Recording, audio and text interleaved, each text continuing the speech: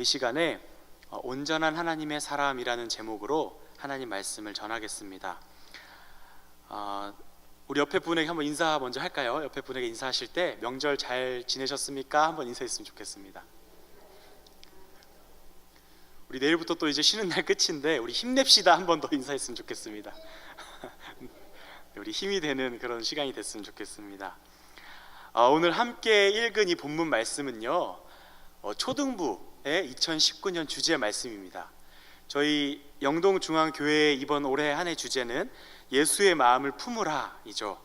그래서 이 교회의 주제의 구체적인 실천 사항으로서 이 말씀을 정하고 하나님의 말씀 가운데 거하면서 하나님의 사람으로 온전하게 자라나자라는 생각으로, 그렇게 할 때 진정한 예수님의 마음을 품을 수 있다는 생각으로 초등부의 주제로 한번 정해본 말씀입니다. 초등부 아이들 이야기를 좀 해드리려고 하는데요, 이 아이들이 중간에 좀 끼어있는 아이들입니다. 같이 예배하고 이렇게 성경학교하고 활동해보면 너무 이렇게 귀엽고 사랑스럽습니다. 너무 아이 같고 6학년 친구들은 꽤 클 것 같은데 막상 지내보면은 너무 어리고 이렇게 아기 같아요. 너무 귀엽고 사랑스러운데 이 문제는 이 아이들이 스스로를 어리다고 생각하지를 않는다는 겁니다. 자기들은 다 컸다는 거예요. 그래서 어리게 대할 수도 없고 또 그렇다고 해서 어른처럼 대할 수도 없는 되게 애매한 중간 단계에 껴있는 아이들입니다. 그래서 참 고민이 많습니다.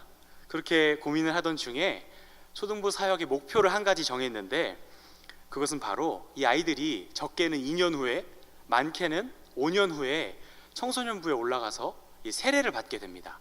그 세례를 받을 때 이 아이들이 스스로 신앙 고백을 하는 것, 그냥 세례가 뭐야 이러고 받는 게 아니라 정말 내가 예수 그리스도를 내 주인으로 모시고 그 십자가와 부활을 믿고 그분이 다시 오실 것을 믿으며 우리가 다시 부활할 것을 믿는 그 신앙을 스스로 고백하면서 세례를 받았으면 좋겠다는 생각이 들어서 한번 그렇게 아이들을 양육해 봐야겠다, 이런 생각을 한번 가져봤습니다. 이건 초등부의 이야기고요. 여러 가지 부서가 있는데 여러 부서들마다 각자 아이들의 나이에 맞게 그 상황에 맞게 각자 목표들이 다 있을 것이라고 생각을 합니다. 그런데 이 초등부에만 해당되는 것도 아니고 혹은 어떤 부서에만 또 혹은 작년에만 해당되는 것이 아닌 성경이 말하는 하나님께서 사람을 향한 하나님의 궁극적인 목표가 무엇인가, 그것을 오늘 함께 나눠보고 싶은 것입니다. 이런 속담이 있다고 합니다. 한 아이를 키우기 위해서는 온 마을이 필요하다. 이 속담이 참 맞는 말인 것 같습니다. 그래서 이 속담을 교회에 적용해 보면 한 아이를 키우기 위해서는 온 교회가 필요합니다. 온 교회가 성경이 말하는 아이들을 향한 하나님의 계획을 알고 같은 소원을 품고 기도하고 노력할 때 우리 아이들이 온전한 하나님의 사람으로 자라날 것으로 믿습니다. 우리가 그렇게 함께 힘을 합쳐서 나아갔으면 좋겠습니다. 벌써 2월이죠. 시간이 정말 빠르다는 생각을 하게 됩니다. 그냥 세월만, 시간만 빠르게 지나가는 것이 아니라 이 세상이 너무나 빠른 속도로 변해간다는 것을 느낍니다. 제가 사역을 하는데 전에 쓰던 노트북은 그냥 이렇게 워드 작업만 되고 한글 타자 작업만 되고 별 기능이 없었습니다. 그래서 저는 PPT, 프레젠테이션을 주로 많이 사용을 하기 때문에 좀 기능이 많이 필요해가지고 노트북을 하나 큰맘 먹고 구입을 했습니다. 이 노트북을 산 지는 꽤 됐는데요, 저는 항상 기계에 대해 잘 모르고 유행을 앞서가는 사람이 아니라서 항상 뒤처지는 기계를 쓰고 항상 그렇게 좋지 않은 그런 핸드폰, 노트북 이런 걸 사용했습니다. 이번에 처음으로 가장 최신형, 가장 좋은 노트북을 한번 샀습니다. 그래서 사람들이 제가 카페나 도서관에서 노트북을 사용하니까 신기하게 보는 시선들이 보이는 거예요. 근데 그 재미가 되게 쏠쏠하더라고요. 유행을 이렇게 앞서가 보는 것도 한번 해봤습니다. 이참에 제가 노트북을 한번 자랑해 보려고 가져왔습니다. 여기 제 노트북인데요. 이렇게 은색에 딱 삼성 깔끔하게 디자인이 돼 있고요. 이거를 펴면요, 제가 여기서 보여드릴 수는 없지만 펴면 저절로 노트북이 켜지고 자동으로 제 얼굴을 인식해서 저절로 로그인이 됩니다. 제가 아니면 이 노트북을 켤 수가 없습니다. 그리고 이 노트북은 펜이 있어서요, 그냥 자판만 되는 게 아니라 이 화면에다 직접 그림도 그리고 필기도 할 수 있는데 그냥 이렇게 놓고 하면 불편하잖아요. 그래서 이렇게 뒤집어집니다. 그래서 패드처럼 사용할 수도 있습니다. 네, 여기까지가 제 노트북 자랑이었고요. 아주 사역하는데 유용하게 잘 사용하고 있습니다. 아까 말씀드렸듯이 저는 유행을 잘 따라가는 사람이 아니라서 이렇게 처음 좋은 노트북을 사용해 보고 앞서가는 그런 맛을 한번 봤는데요. 그게 얼마나 갔을까요? 이 노트북이 정말 최신형일 때, 막 나왔을 때 샀는데 한 2주? 3주 지났을까요? 이 노트북을 사용하는 사람들이 점점 많아지는 거예요. 어딜 가면 이 노트북이 있고 많은 사람들이 노트북을 사용하기 시작하면서 점점 평범해지기 시작했습니다. 그리고 얼마 전에 이 노트북의 시리즈 중에 다음 단계가 출시가 된 겁니다. 그래서 제가 궁금해가지고 광고를 한번 들어가 찾아봤는데요.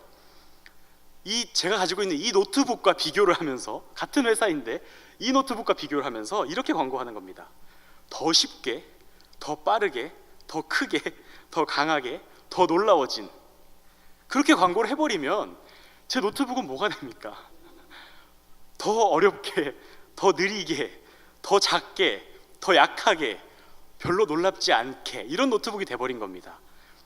불과 얼마 전에 출시된 제 노트북은 정말 최신이었는데, 뿌듯했는데 한 달이 지났을까요? 2달이 지났을까요? 이제는 다음 단계의 노트북을 위한 발판에 불과합니다. 이제 더 이상 신선하지 않습니다. 이렇게 시대에 따라 발빠르게 변하는 것, 그리고 그에 따라 사람들이 추구하는 것을 트렌드라고 하고, 또 한국말로 유행이라고 하죠. 이 트렌드, 이 유행을 잘 따르는 사람을 보면 굉장히 세련되고 또 눈길을 받고 사람들의 부러움을 사기도 합니다. 이 유행을 따르는 것이 좋은 점이 많습니다. 그런데 독이 되는 부분이 있는데, 이 독이 되는 부분이 아주 치명적입니다. 이 유행에는 중요한 특징이 2가지가 있는데요. 첫 번째는 유행이 진리인 것처럼 생각하게 만든다는 것입니다. 유행의 특징은 반드시 지나간다는 건데, 이 유행이 자신은 절대 지나가지 않을 것처럼 위장한다는 겁니다. 그래서 반드시 그 유행을 탈 때 그것을 반드시 손에 쥐어야 할 것처럼 우리를 속입니다. 그리고 유행을 따르지 않으면 존재 가치를 느끼지 못하게 만듭니다. 그리고 2번째 특징은 이 유행이 지나가 버린다는 것입니다. 유행을 타고 있을 때는 이 유행을 따르지 않으면 절대 안 될 것처럼 그렇게 화려하게 드러내더니 한번 지나가면 가치가 없어져 버립니다. 유행이 돌고 돌아서 언젠가 다시 또 올 수도 있겠지만 한번 지나간 유행은 촌스럽고 또 가치 없는 것이 되어버리고 맙니다. 디모데후서 3장 12절 오늘의 말씀을 보면, 무릇 그리스도 예수 안에서 경건하게 살고자 하는 자는 박해를 받으리라 라고 말씀하고 있습니다. 여기서 경건하게 산다고 하는데, 경건이라는 말은 하나님을 두려워한다는 말입니다. 하나님을 두려워해서 하나님을 인생의 기준으로 삼고 사는 삶이 경건한 삶입니다. 우리가 그리스도를 위해 살고자 하면 내 생각과 내 성격과 내 고집을 다 버리고 이제 하나님의 말씀인 성경이 말하는 대로 순종하며 살아야 하는 것입니다. 사실상 우리의 모든 고집을 다 버리고 내 무기를 다 버리고 무장해제하는 것입니다. 내 고집을 다 내려놓고 하나님의 명령에 이제 순종하겠다고 하는 것입니다. 여기서 무장해제는 이런 것입니다. 실제 고대 유대인들의 모습을 소개해드리겠습니다. 한 경건한 유대인이 길을 가는 중에 기도 시간이 되었습니다. 이 유대인은 자리에 서서, 걸어가는 그 자리에 서서 하나님께 기도를 올리기 시작합니다. 그런데 그때 그 지역은 중동 사막 지역이기 때문에 뱀이 많이 사는데요, 독사 한 마리가 그 유대인의 다리를 휘감으며 올라옵니다. 그때 유대인은 어떻게 할까요? 보통 사람들 같으면 뱀을 떼어내느라 난리가 나겠죠. 그런데 이 경건한 유대인은 아무렇지 않게 그대로 기도합니다. 이 유대인에게는 자신의 생명보다 하나님께 기도하는 것이 더 중요했던 것입니다. 지금 이 이야기의 유대인처럼 융통성 없이 살자는 것이 아닙니다. 이들은 율법주의에 빠져서 이들의 경건함을 존중하지만 이들은 하나님의 사랑보다는, 하나님의 정말 그 율법의 의미보다는 율법주의에 빠져 있는 것은 사실입니다. 그러나 이 이야기를 영적으로 한번 보면 우리가 이 세상이라는 복잡하고 혼탁한 곳에서 살아가는 중에 정말 하나님을 바라보고 하나님께 의지하는 것을 유일한 지혜로 생각하느냐는 것입니다. 이 경건한 유대인은 하나님께 기도하면 하나님께서 자신을 책임지실 것이라는 믿음이 있었던 것입니다. 그만큼 하나님을 두려워했고 그만큼 하나님이 기준이었습니다. 그런데 지금 이 세상을 살아가는 우리들은 신앙생활을 하지만 이 세상이 기준이 되어버린 때가 너무나 많은 것 같습니다. 하나님을 바라보는 것을 유일한 지혜로 생각하는 것, 이 세상의 트렌드에 맞추지 않고 하나님을 바라보고 하나님께 나의 기준을 두는 것이 우리에게 꼭 필요한 덕목입니다. 근데 여기서 오늘 말씀에 보면 경건하게 살고자 하는 자는 박해를 받는다고 말씀하고 있습니다. 세상은 원래 그리스도인들에게 위험하고 그리스도인들을 억울하게 만들고 그리스도인들을 박해합니다. 그러한 처지에 있는 그리스도인들에게 성경은 우리 고집을 들고 싸우는 것이 아니라 박해를 받게 될 것이라고 알려줍니다. 원래 그런 것이라고 말해주는 것입니다. 디모데후서 3장 13절에 보면 악한 사람들과 속이는 자들은 더욱 악하여져서 속이기도 하고 속기도 하나니 라고 말씀하고 있습니다. 악한 사람들과 속이는 사람들은 하나님의 말씀을 기준으로 삼은 우리와 같은 무방비 상태의 사람들을 속이고 괴롭히는 사람들을 말합니다. 우리는 하나님의 말씀이 기준이기 때문에 세상의 유행을 따를 수 없습니다. 세상의 트렌드를 따라갈 수 없습니다. 그래서 세상에서 이용당하고 세상에서 고난받기 쉽습니다. 그런데 악하고 속이는 사람들은 그런 우리를 이용하는 사람들을 말합니다. 이런 자들의 속임수와 괴롭힘이 점점 심해진다는 것입니다. 그런데 놀랄 필요가 없다는 것입니다. 만약에 우리가 진정으로 그리스도를 위해 살아가는 그리스도인이라면 반드시 세상은 우리를 속이는 자리에 있을 수밖에 없고 우리는 세상으로부터 속임을 당할 수밖에 없는, 어려움을 당할 수밖에 없는 그런 구조로 돼 있다는 것이 성경의 말씀인 것입니다. 왜냐하면 한 가지 진리를 가지고 세상과 교회가 다르게 이야기하고 있기 때문입니다. 교회는 우리가 말하는 것을 반대합니다. 우리가 말하는 것을 못마땅해 합니다. 우리의 선한 행실을 그들은 질투합니다. 시기합니다. 그렇기 때문에 우리가 정말 그리스도인이라면, 예수 그리스도의 말씀대로 살아간다면 박해를 받게 되는 것입니다. 이 글을 기록한 사람은 바울이고 이 글을 받아 읽는 사람은 바울이 그토록 사랑한 제자 디모데입니다. 바울과 디모데는 매우 각별한 사이였습니다. 서로를 위해 목숨도 아마 내놓을 수 있었던 그런 사이였을 것입니다. 그렇게 아끼고 사랑하는 제자에게 박해를 받을 것이라고 말하는 것이 얼마나 가슴이 아팠을까요? 바울이 그토록 어려운 상황에서 사랑하는 제자에게 이렇게 말합니다. 디모데후서 3장 14절 15절입니다. 너는 배우고 확신한 일에 거하라.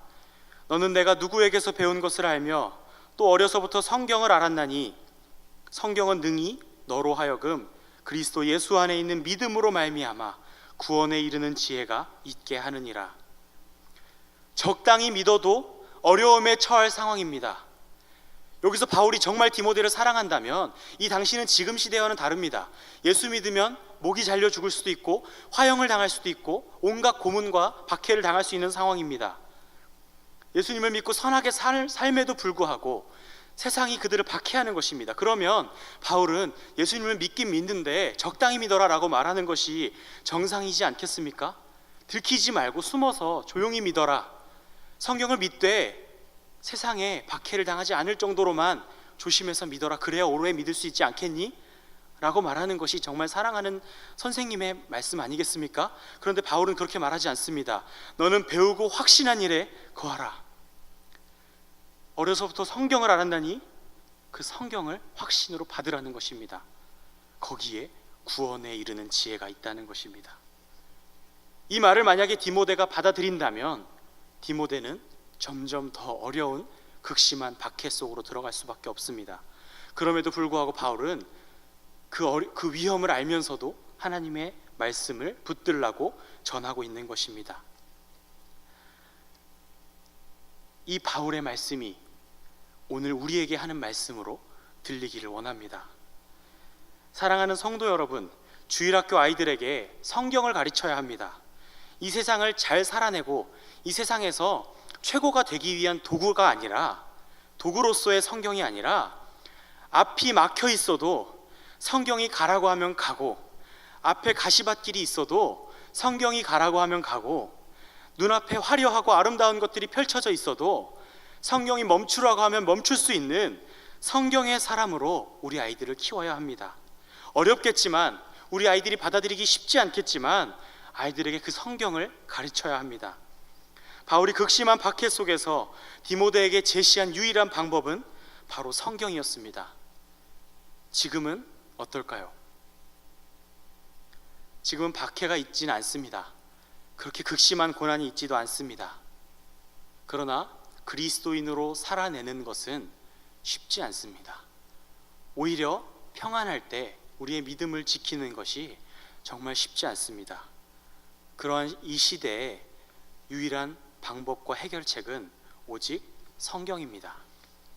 우리 아이들에게 성경을 가르치는 우리 영동중앙교회가 되었으면 좋겠습니다. 우리 한번 생각해 봅시다. 만약에 이 강남 하늘에다가 말씀을 그냥 한 구절씩 다 인쇄해가지고 작은 종이에다 인쇄해서 뿌린다고 생각해 봅시다. 누군가 그 말씀이 적힌 종이를 받아 들었습니다. 이게 뭐지? 하고 폈는데 말씀이 적혀 있습니다. 근데 그 사람이 예수님을 안 믿는 사람인데 그 말씀을 읽고 그 사람이 예수님을 믿을까요? 안 믿을까요? 여러 가지 대답이 나올 수 있겠습니다. 그런데 저는 그동안 안 믿을 거라고 생각했습니다.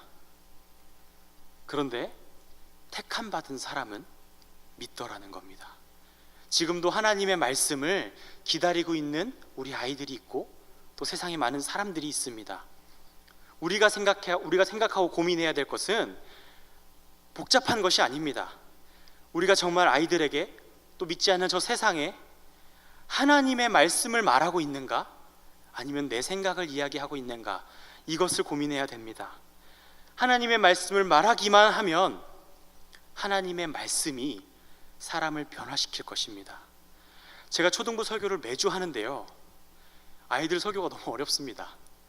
사실 지금 전 수요예배 2번째 하고 가끔씩 새벽예배, 매주 새벽예배도 하고 하는데 굉장히 긴장이 되거든요. 할 때마다 긴장되고 떨립니다.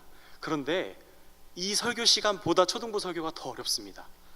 한번 어린이의 언어로 번역하는 것 같은 느낌인데 너무 어렵고 힘들어서 한번 설교를 하고 내려오면 마음이 너무 괴롭습니다. 아이들한테 미안하기도 하고 잘 전달이 된 건가 하는 어려운 마음이 듭니다. 그래서 제가 아는 선배가 어떻게 하는 방법이 있다 그래서 그 방법을 따라 하는데, 특별한 건 아니고요, 제 설교문 위에다가 너라면 듣겠니? 라고 써놓는 겁니다. 그래서 이제 그걸 보면서 경각심을 갖고 나도 듣기 좋은 말씀, 정말 하나님의 말씀, 들리는 말씀을 전하자라고 노력을 하는데요, 더 쉽게 더 재밌게 말씀을 전하는 것은 마땅히 해야 될 일이고 중요한 일입니다. 그러나 제가 말씀을 항상 준비하면서 하나님께서 제게 주시는 마음은 재미있는 말씀이, 유익한 말씀이 제 말이 아이들을 변화시키는 것이 아니라 투박하더라도 하나님 말씀 자체가 아이들을 변화시킨다고 하는 사실입니다. 우리 유행의 아이들을 방치하지 맙시다. 아이들에게 하나님의 말씀을 가르칩시다. 고급진 어떤 기술이 필요한 것이 아닙니다. 우리가 믿는 성경을 단순하게 반복해서 아이들에게 전달해 줘야 합니다. 그렇게 하면 좌우의 날선 검과 같은 하나님의 말씀이 우리를 새롭게 할 것입니다. 우리 마지막으로 성경의 유익에 대해서 한번 살펴볼 텐데요, 디모데후서 3장 16절입니다. 제가 읽어드리겠습니다. 모든 성경은 하나님의 감동으로 된 것으로 교훈과 책망과 바르게 함과 의로 교육하기에 유익하니 라고 말씀하고 있습니다. 여기 4가지가 나오죠. 교훈, 책망, 바르게 함, 의로 교육. 첫 번째로 교훈은 지식이라는 것입니다. 성경을 통해서 우리가 지식을 얻을 수 있는데 성경은 어떤 과학책이나 어떤 사회책이 아닙니다. 성경은 하나님에 관한 지식을 얻을 수 있는 책입니다. 그래서 우리는 죄인이라서, 모든 사람은 죄인이라서 하나님을 절대로 알 수 없습니다. 알고 싶어 할 수도 없습니다. 그래서 하나님께서 이 사람에게 자신을 알게 하시려고 계시하신 것이 바로 이 성경이고, 그래서 이 성경을 통해서만 하나님을 아는 지식을 얻을 수 있습니다. 이것이 바로 교훈입니다. 성경의 유익 첫 번째는 이 성경을 통해서 우리가 하나님이 어떤 분이신지 알 수 있다는 것입니다. 두 번째는 책망입니다. 이 책망은 어른이 아이를 그냥 혼내는 것 같은 그런 책망이 아니라 법정적인 용어입니다. 이 책망은 유죄를 땅땅땅 선언하는 것입니다. 모든 사람이 하나님께 반역했습니다. 하나님을 등지고 죄를 짓고 하나님을 떠났습니다. 그 죄가 얼마나 큰지, 그 죄가 얼마나 깊은지, 그 죄를 지은 사람의 상태가 어떠한지를 이 성경이 말해주고 있다는 것입니다. 그 죄를 지은 사람에게 유죄가 선고되고 그 하나님의 책망이 얼마나 무섭게 선포되는지, 그리고 그 책망의, 그 유죄 선고에 대한 형벌이 어떤 것인지를 이 성경에서 말씀해주고 있다는 사실입니다. 성경에서 우리가 우리의 죄를 깨닫게 될 때 우리는 하나님 앞에 바짝 엎드려서 사도행전에 복음을 들은 사람들이 외쳤던 것처럼 우리가 이제 어찌할꼬라고 탄식할 수밖에 없게 됩니다. 그런데 거기서 끝나지 않고 세 번째, 바르게 함입니다. 이제는 그 반역하는 마음, 그 반역하는 사람들을 올바르게 인도하십니다. 이 성경은 어떻게 사람이 바르게 될 수 있는지를 말해주는 것입니다. 우리를 책망하고 우리에게 유죄 선고를 하고 끝내는 것이 아니라 너희가 죄인인데 이렇게 하면 바르게 될 수 있다라는 사실을 이 성경에서만 가르쳐주고 있다는 것입니다. 마지막으로 의로 교육입니다. 의로 교육한다는 것은 의로운 분은 오직 한 분 하나님밖에 안 계십니다. 그래서 의롭게 되려면 하나님 말씀에 순종해야 합니다. 그런데 사람은 죄인이라서 하나님 말씀에 순종할 수 없습니다. 따라서 의로워질 수 없습니다. 종교개혁자 마틴 루터는 의로운 삶을 위해서 엄청난 고행을 했고 고해성사도 하고 엄청난 노력을 했습니다. 하지만 자신의 해결되지 않는 죄 때문에 날마다 절망했습니다. 그런데 그가 로마서 1장 17절 복음에는 하나님의 의가 나타나서 믿음으로 믿음에 이르게 하나니 기록된 바 오직 의인은 믿음으로 말미암아 살리라 함과 같으니라, 이 말씀을 읽는 중에 하나님의 의에 대해 새롭게 눈을 뜨게 됩니다. 이전에 루터에게 하나님의 의는 죄에 대한 심판이었습니다. 그런데 하나님의 그 의를 예수 그리스도께서 십자가 위에서 다 이루셨다는 사실을 성령께서 그에게 깨닫게 하신 것입니다. 이제 예수 그리스도의 의가, 예수 그리스도를 믿는 자는 모두 다 의롭게 하는 것입니다. 이것이 의로 교육하는 것입니다. 의로 교육하는 것은 아이들을 정직하게 살게 만들고 아이들에게 도덕을 가르치는 것이 아니라 예수 그리스도 안에서 새 사람이 되고 예수 그리스도께서 우리의 모든 죄를 없이 하시고 우리를 새로운 존재로 만드셨다는 그 사실을 알려주는 것인데, 그것은 이 성경에 밖에 나오지 않는다는 것입니다. 이러한 유익을 우리가 얻었을 때 우리는 하나님의 사람으로 온전하게 되는 것입니다. 디모데후서 3장 17절에 이는 하나님의 사람으로 온전하게 하며 라고 말씀하고 있습니다. 교훈과 책망과 바르게 함과 의로 교육하기에 유익한 이 성경이 우리를 하나님의 사람으로 온전하게 하는 것입니다. 그리고 다음 구절을 보면 모든 선한 일을 행할 능력을 갖추게 하려 함이라. 하나님의 사람으로 온전하게 되면 모든 선한 일을 행할 능력을 갖추게 된다는 것입니다. 우리가 얼마나 부패해 있었는지 선한 행실을 할 수 있는 모든 기능을 상실하고 완전히 죽어있는 상태였습니다. 그런데 하나님의 말씀인 성경이 우리 귀에 들리고 눈으로 읽고 마음으로 믿고 변화되기 시작할 때 우리가 하나님의 사람으로 온전하게 되어서 모든 선한 일을 행할 능력을 갖추게 되는 것입니다. 이때 선한 일이라는 것은 하나님 나라를 확장하는 일입니다. 그리고 이 하나님 나라를 확장하는 일에는 박해가 따르는데 이 박해도 기꺼이 받아들이는 것을 말합니다. 성경의 위력을 믿으십니까? 제가 북한에서 선교하시는 선교사님의 이야기를, 짧은 이야기 두 가지를 해드리고 이제 마무리를 하려고 합니다. 저는 이 이야기를 보면서 제가 그동안 성경의 위력을 믿지 않았다는 것을 회개했습니다. 함께 한번 나눠보겠습니다. 첫 번째 이야기입니다. 북한의 어떤 마을에 선교사들에 의해서 성경이 전달됐습니다. 성경을 전달하는 것밖에는 달리 할 수 있는 방법이 없어서 성경을 전달하는 사역을 하는 중에 이 선교사님들이 북한 당국에 붙잡히게 되었습니다. 잡혀서 끌려가는 길이었는데, 끌려가는 길에 자신들이 나눠주었던 성경을 받아서 그 성경을 통해 예수 그리스도를 믿고 변화된 어떤 여인을 만나게 되었는데, 끌려가는 중이었기 때문에 그곳은 감옥이었겠죠. 근데 그 여인이 그 믿음 때문에 매를 맞고 있었던 것입니다. 그리고 그 여인은 어떻게 됐는지 알지 못하고 선교사님들은 우여곡절 끝에 풀려났다고 합니다. 그런데 나중에 그 선교사님들이 이 여인의 소식을 전해 듣게 됩니다.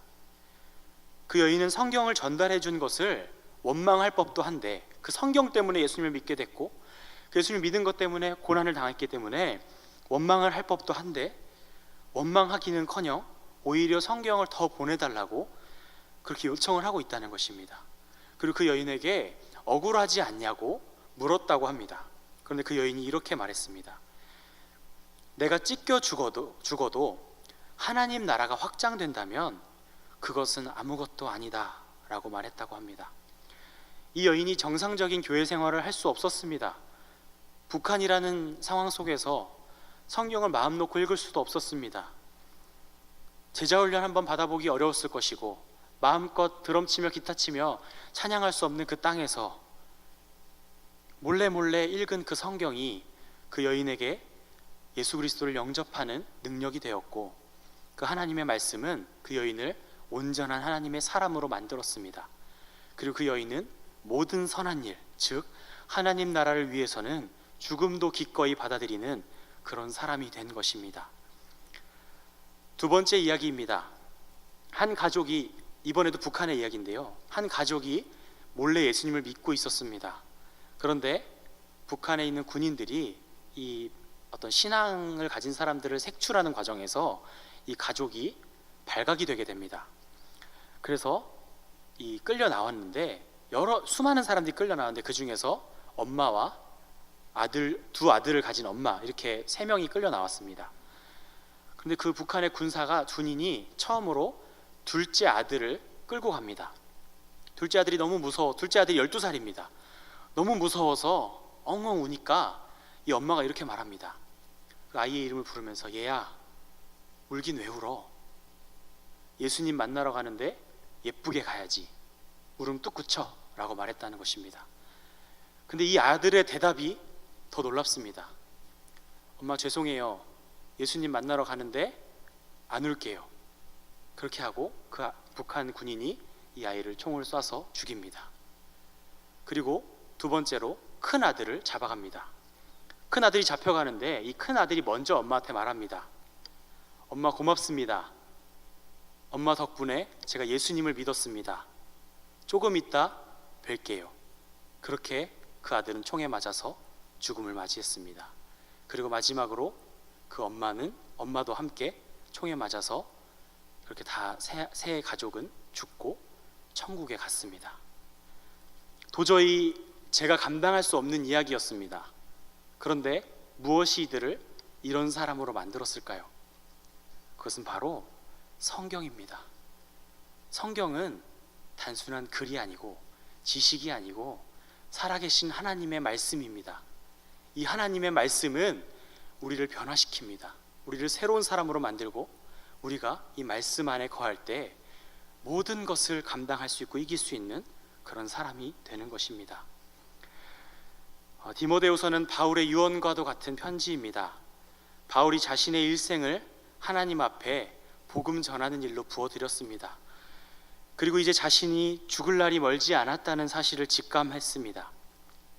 이때 바울이 남긴 마지막 가르침은 성경을 확신 가운데 받으라는 것이었습니다. 복음 때문에, 그 복음을 믿고 변화된 사람들이 고난받는 것이 바울에게는 너무 가슴 아픈 일이었을 것입니다. 하지만 바울은 모든 사람이 예수 그리스도께 중독되기를 원했습니다. 예수 그리스도에 미치기를 원했습니다. 하나님의 말씀을 받고 온전하게 된 사람은 고난을 받아야 한다면 기꺼이 그 고난 받기를 택할 것입니다. 바울도 그랬고, 바울이 전한 복음을 받아들인 모든 사람들이 그랬고, 이제 우리 차례입니다.